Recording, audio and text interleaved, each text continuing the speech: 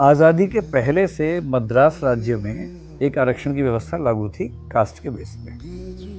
संविधान लागू हुआ। संविधान लागू होते ही एक व्यक्ति ने, जिसका नाम था चंपकम दोराई राजन, आपने केस का नाम पढ़ा होगा ना।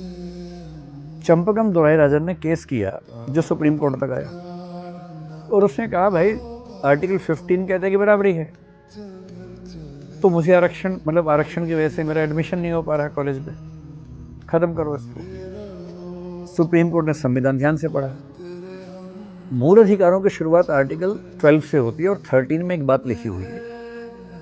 13 में क्या, पर 13 में तो है ही, 32 से भी इसको लिंक कर सकते हैं। इसका मतलब है कि मूल अधिकारों में जो ही बात लिखी हुई है, सुप्रीम कोर्ट में या हाई कोर्ट में जाके कोई भी नागरिक या व्यक्ति उसको इन्फोर्स करवा सकता है।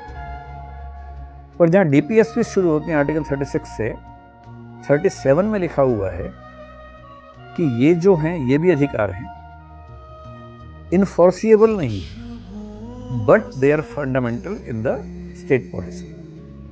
सो they are not enforceable through court of law, but they are fundamental. अब सुप्रीम कोर्ट ने कहा कि भाई देखो, साफ साफ लिखा है कि डीपीएसपी इनफोर्सिएबल नहीं है, फंडामेंटल राइट्स इनफोर्सिएबल हैं। तो article 15 shall dominate Article 46, and hence the policy that gives reservation is null and void. तो चंपकम दोराई राजन मामले में सुप्रीम कोर्ट ने मद्रास राज्य के आरक्षण की उस नीति को खत्म कर दिया जो 1920s के आसपास से चल रही थी, 21 के सेंसस की बेस पे आई थी। अब ये नेहरू जी उसमें पीएम थे, वो समाजवाद को मानते थे, उनके दिमाग में था कि डीपीएसपी को एक्टिव करना है, बराबरी लेके आनी है, बराबरी लाने के लिए आरक्षण ज़रूरी है, उनका ये स्पष्ट मानना था। तो उनको इस मजबूरी में संविधान में पहला संशोधन करना पड़ा 1951 में, जिसमें 9th शेड्यूल आई।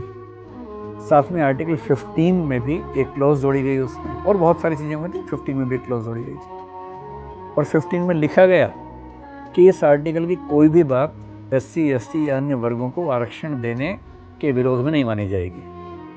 और आर्टिकल जो शेड्यूल 9th आई, 9वीं अनुसूची आई, उसमें आरक्षण से जुड़े कानूनों को शामिल कर दिया गया और कहा गया कि इस पर सुप्रीम कोर्ट या हाई कोर्ट रिव्यू नहीं करेंगे। सुप्रीम कोर्ट ने आज तक किया भी नहीं। हालांकि सुप्रीम कोर्ट ने ये कह दिया मिनर्वा मिल्स के मामले में कि हम रिव्यू कर सकते हैं, पर किया नहीं है। अब तक एक भी फैसला ऐसा नहीं कि 9th शेड्यूल में कोई चीज़ हो और रिव्यू करके खारिज कर दिया हो। तो रिस्पेक्ट बना रखिए।